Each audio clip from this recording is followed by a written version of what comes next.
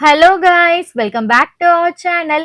என்னுடைய வீடியோ நீங்க first time பார்க்கறதா இருந்தா சப்ஸ்கிரைப் பண்ணிக்கோங்க, ஆளுங்கிற பட்டனையும் கிளிக் பண்ணிக்கோங்க.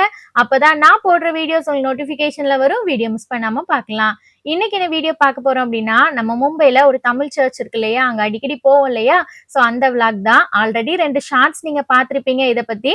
நிறைய பேர் லாங் வீடியோ கேட்டிருந்தீங்க. ஸோ அவங்களுக்காக இந்த லாங் வீடியோ. வாங்க அப்படியே வீடியோக்குள்ள போலாம். இது வந்து சாட்டர்டே ஈவினிங் சாயங்காலம் ஒரு 4 மணி இருக்கும். அப்பதான் கிளம்ப ஆரம்பிச்சோம். பேக் பண்ண வீடியோ எல்லாமே ஆல்ரெடி நீங்க ஷார்ட்ஸ்ல பார்த்திருப்பீங்க. சரி, கமெண்ட்ல நிறைய பேர் கேட்ட கொஸ்டின் என்ன அப்படின்னா, நீங்க இருக்கிற பிளேஸ்ல சர்ச் கிடையாதா அப்படின்னு தான். ஆமாங்க, நாங்க இருக்கிற இந்த ஊர்ல சர்ச்சே கிடையாது. ஆனா மும்பைல பாத்தீங்கன்னா நிறைய சர்ச் உண்டு. அப்ப நீங்க மும்பைல இல்லையா அப்படின்னு கேட்பீங்க. நாங்க வந்து மும்பை கிடையாது, மும்பைக்கு பக்கத்து டிஸ்ட்ரிக்ட் வரும், ராய்கா டிஸ்ட்ரிக்ட் அது வரும். ஏன்னா மும்பைல நிறைய தமிழ் மக்கள் உண்டு. சோ அதனால அங்க நிறைய சர்ச்சஸும் உண்டு. இங்க நாங்க இருக்கிற இந்த ஊர் பாத்தீங்கன்னா கொஞ்சம் தான் தமிழ் மக்கள் இருக்காங்க. சோ அதனால இங்க அந்த மாதிரி எந்த சர்ச்சும் இல்ல. சர்ச் பாத்தீங்க அப்படின்னா மினிமம் ஒரு 30 கிலோமீட்டர் இல்ல 40 கிலோமீட்டர் டிராவல் பண்ணோம் அப்படின்னா தான் சர்ச்சே இருக்கு. இந்த சர்ச் நான் ஆல்ரெடி சொல்லியிருக்கேன். எனக்கு தெரிஞ்ச ஒரு அக்கா வந்து இங்க போயிட்டு இருப்பாங்க ரெகுலரா. அவங்க சொல்லிதான் எனக்கு அந்த இடத்துல ஒரு சர்ச் இருக்குன்னே தெரியும். சரி, அப்ப வார வாரம் போக வேண்டியதானே அப்படின்னு நீங்க கேட்டீங்கன்னா, வார வாரம் காலையிலே எந்திரிச்சு ஒரு 40 கிலோமீட்டர் டிராவல் பண்ணி போகணும் அப்படிங்கிறது ரொம்ப ஒரு கஷ்டமான விஷயம். ஏன்னா சர்ச்சோட டைமிங் பாத்தீங்கன்னா காலையில 8:30க்கு. அப்போ வீட்ல இருந்து ஒரு 6:30 7க்குள்ள கிளம்புனாதான் நம்ம சர்ச்சுக்கு போக முடியும். அப்போ நம்ம 4 மணிக்கு 5 மணிக்கெல்லாம் விடிய காலையில எந்திரிச்சு ரெடி ஆகணும். ட்ரிஷானை வச்சுட்டு எந்திரிச்சு ரெடி ஆக முடியல. ஏன்னா 4 மணி 5 மணிக்கெல்லாம் நான் அவனை எழுப்பி விட்டேன் அப்படின்னா ஃபுல்லா அழுதுட்டே தான் இருப்பான். ஸோ அதனால வார வாரம் சர்ச்சுக்கு போக முடியல. நாங்க வீட்லயே அதனால நல்லா ப்ரேயர் பண்ணிக்குவோம். ஏதாவது ஸ்பெஷல் டே அப்படின்னா அந்த அக்கா எனக்கு இன்ஃபார்ம் பண்ணுவாங்க.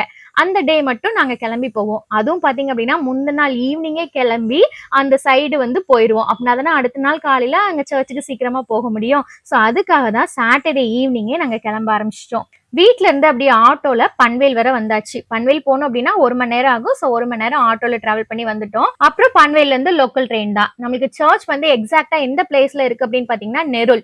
பன்வேல்ல இருந்து நெருல் போகிறதுக்கு ஒரு 15 to 25 மினிட்ஸ் ஆகும். நாங்க அப்படியே லோக்கல் ட்ரெயின்ல ஏறி வந்தாச்சு. ஆனா நாங்க நெருல் போகல. அதுக்கு முன்னாடியே சீவுட் தாராவின்னு ஒரு பிளேஸ் உண்டு, அங்கேயே இறங்கிட்டோம். ஏன்னா அங்கதான் மால் இருக்கு. ட்ரிஷான் வந்து அடிக்கடி கேட்பான் மால் போகணும் விளையாடணும் அப்படின்னு சொல்லி. மால் போகணும் அப்படின்னா கூட மினிமம் 1 மணி நேரம் நம்ம டிராவல் பண்ணாதான் மால் போக முடியும். சோ அதனால அவனை வார வாரம் கூட்டு போறதோ இல்ல மாசத்துக்கு ஒரு வாட்டி கூட்டு போறதோ அப்படி கிடையாது. இந்த மாதிரி சர்ச்சுக்கு எப்போ போறோமோ அந்த மாதிரி தான். மேக்சிமம் ஒரு 3 months ஒன்ஸ் தான் அவனை மால் கூட்டு போய் அந்த பிளேயிங் ஏரியால எல்லாம் விளையாட விடுறது. சோ அதனால அப்படியே சீவுட் தாராவி அப்படிங்கிற பிளேஸ்ல இறங்கிட்டோம் அப்படின்னா அங்க நெக்ஸஸ் மால்னு ஒன்று மால் இருக்கு. சோ அங்கதான் போயிருந்தோம். அந்த ரயில்வே ஸ்டேஷனுக்கு அண்டர் கிரவுண்ட் இருக்கு இல்லையா, அதுதான் அங்க மாலே. சோ ரயில்வே ஸ்டேஷன்ல இருந்து இறங்கி நம்ம கீழே அண்டர் கிரவுண்ட் போயிட்டோம் அப்படின்னா மால் வந்துடும். போனதுக்கு அப்புறம் சரியான பசி தான். கிட்டத்தட்ட ஒரு சாயங்காலம் ஒரு 6 மணி இருக்கும் இந்த டைம்.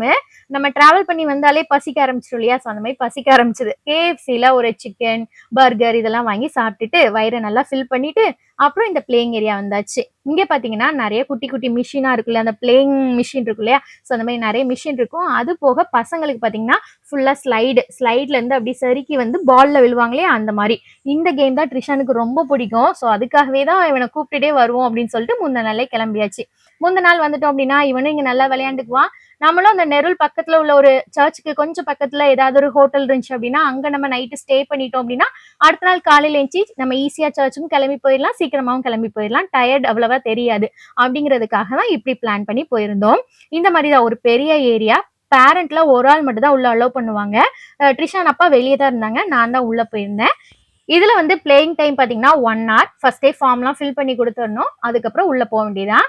நான் மட்டும் தான் போயிருந்தேன். ஸோ உள்ள போயிட்டு நான் ஜம்முன்னு ஒரு இடத்த பார்த்து உட்காந்துக்கிட்டேன். ட்ரிஷான் அப்போ அதுக்கு வெளியே தான் நின்றுட்டு இருந்தாங்க. ட்ரிஷா நல்லா ஸ்லைட்ல எல்லாம் விளையாண்டுட்டு இருந்தான். ஒரு 1 hour நல்லாவே விளையாண்டு முடிச்சதுக்கு அப்புறம் அந்த டைம் முடிஞ்சதும் நம்ம வெளியே வந்துடணும். வெளியே வந்ததுக்கு அப்புறம் இந்த மாதிரி பிளேயிங் மிஷின் அங்கங்க சின்ன சின்னதா இருக்கும் இல்லையா, அதுல ஒரு 2 3 கேம் விளையாண்டுக்கலாம். நம்மளுக்கு அந்த கார்டு கொடுப்பாங்க. அந்த கார்டுல அந்த 1 hour பிளேயிங் டைம் போக இந்த மிஷின்ல ஒரு 2 மிஷின் இல்ல 3 மிஷின்ல விளையாடுற அளவுக்கு மீதி பைசா கொஞ்சம் இருக்கும். ஸோ அந்த பைசா வச்சு இந்த மாதிரி மிஷின்ல விளையாண்டுக்கலாம். இதுல நம்ம வின் பண்ணுவோமா அப்படின்னா கண்டிப்பா வின் பண்றது இல்ல, சும்மா ஒரே டைம் பாஸ் தான், அவ்வளவுதான். அதுக்கப்புறம் நேரா சரி டீ ஏதாவது குடிக்கலாம் அப்படின்னு சொல்லி பார்த்தோமா, அந்த கடையில பானிபூரி இருந்தது. சரி இந்த கடையில பானிபூரி டேஸ்ட் எப்படி இருக்குன்னு பார்க்கலாம் அப்படின்னு சொல்லிட்டு வாங்கியிருந்தோம். டேஸ்ட் நல்லாவே இருந்தது. அதையும் சாப்பிட்டுட்டு மால் விட்டு வெளியே வரும்போது நைட்டு பாத்தீங்கன்னா ஒரு 8:30 மணி கிட்ட இருக்கும். நல்லாவே இருட்ட ஆரம்பிச்சிருச்சு. மழையே அவ்வளவா சுத்தமா இல்ல. பொதுவா இங்க மழைக்காலம் அப்படின்னாலே ஃபுல் டைம் மழை பெஞ்சிட்டே தான் இருக்கும். ஆனா இப்போ ரீசன்ட் டேஸ்ல மழையே இல்ல. மால் விட்டு அப்படி நடந்து வந்துட்டு இருக்கும்போது பாத்தீங்கன்னா ஒரு சாரி கடையை பார்த்தேன். நம்ம வந்து அர்ப்பின் பண்டிகைக்கு சாரியும் ஹேண்ட்பேக்கும் வாங்கி வச்சதா நான் ஆல்ரெடி ஷார்ட்ஸ்ல உங்ககிட்ட ஷேர் பண்ணியிருந்தேன். ஸோ இந்த கடையில தான் வந்து சாரி பார்த்துட்டு இருந்தேன். எனக்கு இங்க மகாராஷ்டிரால கடைக்கு போய் சாரி பார்க்குறதே அவ்வளோ பிடிக்காது. ஏன்னா நம்ம ஊரை விட ரொம்ப ரொம்ப சாரீஸ் வந்து இங்க கம்மியா தான் இருக்கும். ரொம்ப ஒன்றும் கலெக்ஷன் இருக்காது. ஆனா ரேட்டும் பார்த்தீங்கன்னா ரொம்ப ரொம்ப ஜாஸ்தியா இருந்த மாதிரி தான் இருக்கும். ஆனா இதோட கிளாத் நல்லா இருந்தது. நல்லா ஷைனிங்கா இருந்தது. நல்லா என்ன சொல்றது வளவளன்னு இருக்கும் இல்லையா? அந்த மாதிரி நல்லா இருந்துச்சு. ஸோ 2, 3 கலெக்ஷன் நான் பார்த்தேன். பார்த்துட்டு ஃபைனலா அந்த ஸ்கை ப்ளூ கலர் ஒண்ணு ஷார்ட்ஸ்ல காமிச்சு இல்லையா? அந்த சாரி தான் நான் எடுத்துட்டு வந்தேன்.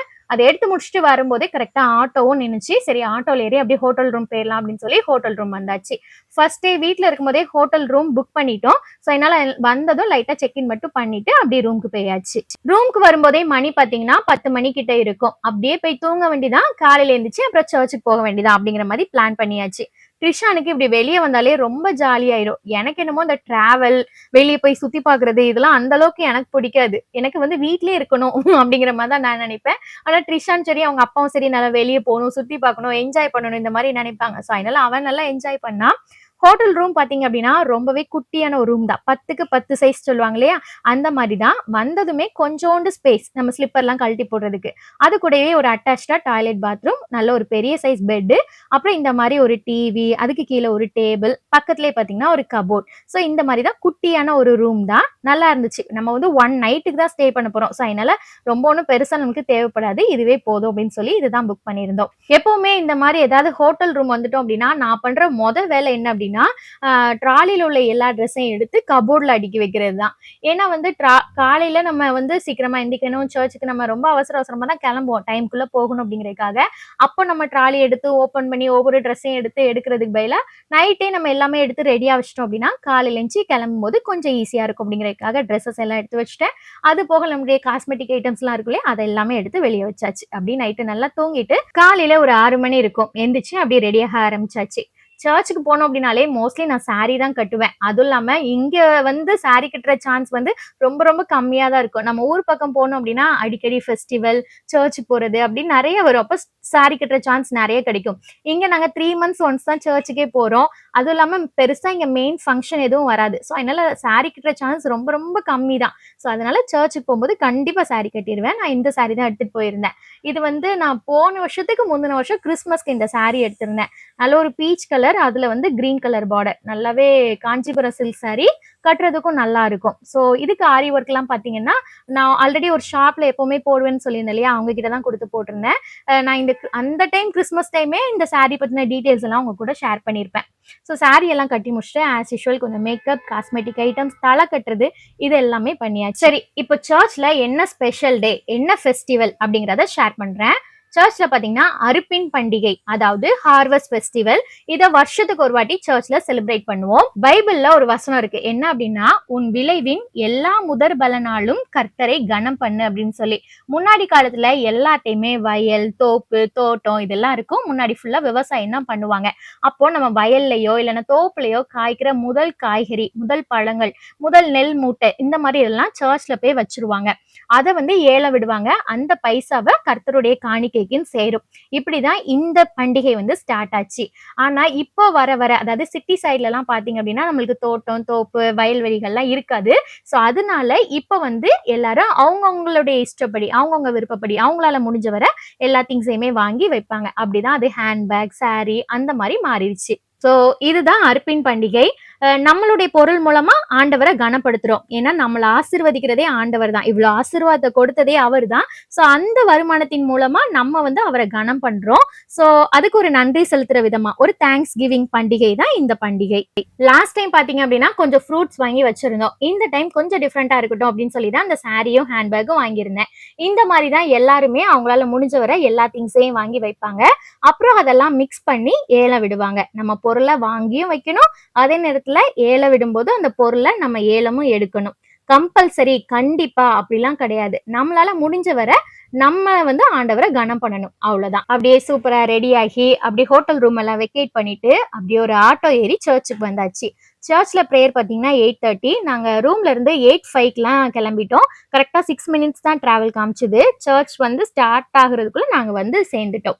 சர்ச் ப்ரேயர் நடக்கும்போது வீடியோஸ் எப்பவுமே நான் எடுக்கவே மாட்டேன். ஸோ அதனால எடுக்கல. ஆனா வந்து கொயர்ல இருந்து ஒரு சூப்பரான ஒரு சாங் வந்து பாடினாங்க. அதை மட்டும் லைட்டா வீடியோல கவர் பண்ணேன். 8:30 to 10 தான் டைமிங். ஸோ 10 o'clock முடிஞ்சிருச்சு. அப்படியே எல்லாருமே இப்ப கீழே இறங்கியாச்சு. ஏன்னா கீழே ஒரு ஹால் இருக்கு. அங்கதான் இந்த ஏலம் விடுற அறுப்பின் பண்டிகை நடக்க போகுது.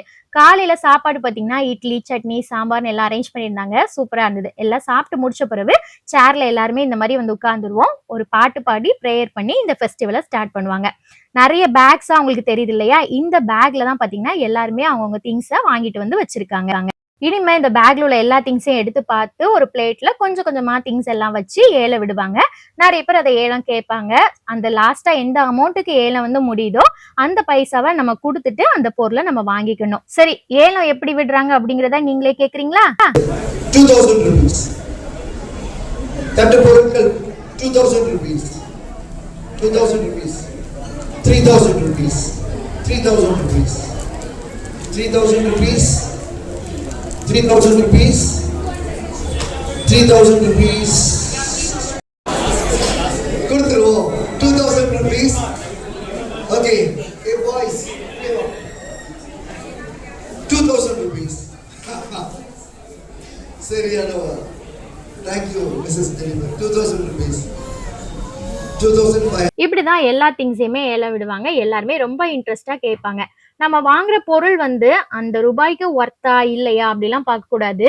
நம்ம வந்து நம்மளால முடிஞ்ச வரை ஏலம் எடுக்கணும். அந்த ரூபாய் வந்து ஆண்டவருடைய காணிக்கைக்காக போகும். ஸோ அது ஒரு காணிக்கையா தான் நம்ம பார்க்கணும்.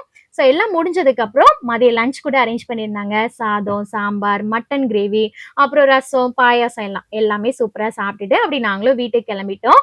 அவ்வளவுதான். வீடியோ பிடிச்சிருக்கோம் அப்படின்னு நினைக்கிறேன். வீடியோ பிடிச்சிருந்துச்சுன்னா லைக் பண்ணுங்க. சேனலை மறக்காம சப்ஸ்கிரைப் பண்ணுங்க. Bye, take care.